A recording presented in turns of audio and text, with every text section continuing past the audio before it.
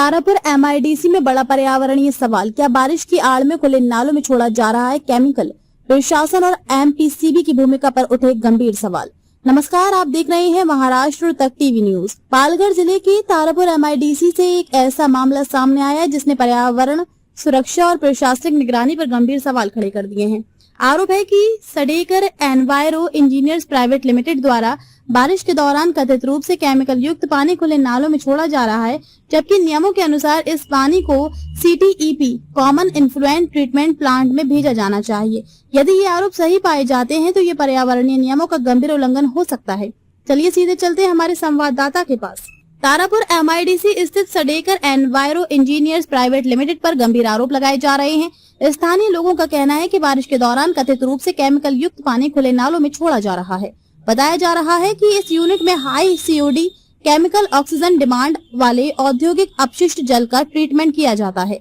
नियमों के अनुसार ट्रीटमेंट के बाद इस पानी को CTEP के चैम्बर में भेजा जाना चाहिए, लेकिन आरोप है कि इसके बजाय इसे खुले नालों में छोड़ा जा रहा है। यदि ऐसा हो रहा है तो इसमें आसपास के जल स्रोत, मिट्टी और पर्यावरण पर गंभीर प्रभाव पड़ सकता है। अब बड़ा सवाल यह है कि क्या तारापुर MIDC के अधिकारी इस मामले से अनजान हैं? क्या MPCB महाराष्ट्र प्रदूषण नियंत्रण बोर्ड नियमित निरीक्षण कर रहा है? यदि नियमों का उल्लंघन हो रहा है तो अब तक कार्रवाई क्यों नहीं हुई? स्थानीय नागरिकों ने इस पूरे मामले की निष्पक्ष जांच कर दोषियों पर सख्त कार्रवाई की मांग की है। तारापुर MIDC में कथित केमिकल डिस्चार्ज का मामला, बारिश की आड़ में खुले नालों में छोड़े जाने का आरोप, MPCB और MIDC अधिकारियों की निगरानी पर सवाल, पर्यावरणीय नियमों के पालन की जांच की मांग, स्थानीय लोगों ने की तत्काल कार्रवाई की मांग।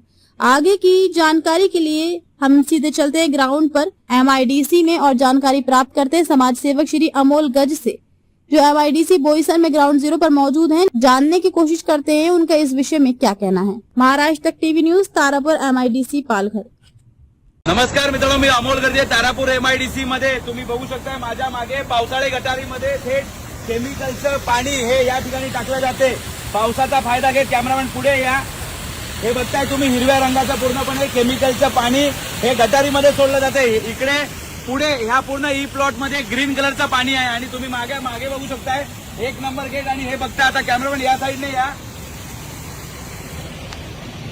हे बघा तुम्ही, हे हिरव्या रंगाचं तुम्हाला जे केमिकल दिसते हे सर्रासपणे MIDCच्या गटारीमध्ये खुले आम सोडलं जाते। पण MIDCच्या अधिकाऱ्यांना मला सांगायचंय, आपलं का दुर्लक्ष आहे? ही सडेकर कंपनी मागे हाय COD वरती ट्रीटमेंट करते।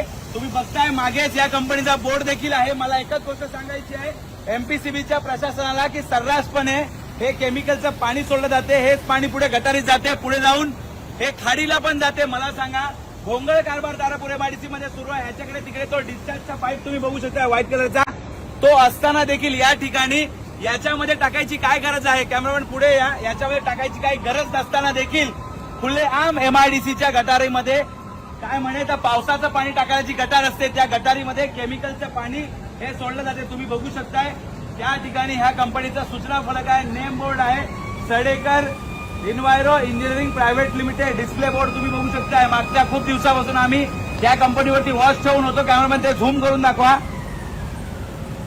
का असा पर्यावरणाचा खेळ का तारापूर MIDC मध्ये सुरू आहे मला हे कळत नाही। खुले आम MIDCच्या गटारीमध्ये पावसाळ्याच्या केमिकल सोडलं जाते, पण या ठिकाणी असलेले अधिकारी MPCB असेल, MIDC असेल, त्यांचा सर्रासपणे दुर्लक्ष आहे। आता मी CTEPच्या अधिकाऱ्यांना बोलवलेलं आहे, त्या पाण्याचा सॅम्पल घ्या, का हे पाणी खुले आम सोडलं जाते। मला एकच म्हणायचं आहे, जरी हे ट्रीटमेंट केलेलं पाणी असेल, हे भले CTEPला जाईल, तिकडून जर ट्रीटमेंट होईल ते समुद्रात जाईल। पण मला एक गोष्ट सांगायची आहे, तुम्हाला ऑफिशियल चेंबर दिलेले आहेत, ऑफिशियल तुमच्याकडे डिस्चार्ज असताना या अशा छुप्या पद्धतीने हे पाणी असं का टाकलं जाते? अजून पण तुम्ही त्या पाण्याचा रंग बघू शकताय, पूर्ण इथून पुढे 500 मीटर पर्यंत ह्याच रंगाचं पाणी हे याच्यामध्ये असते। धन्यवाद।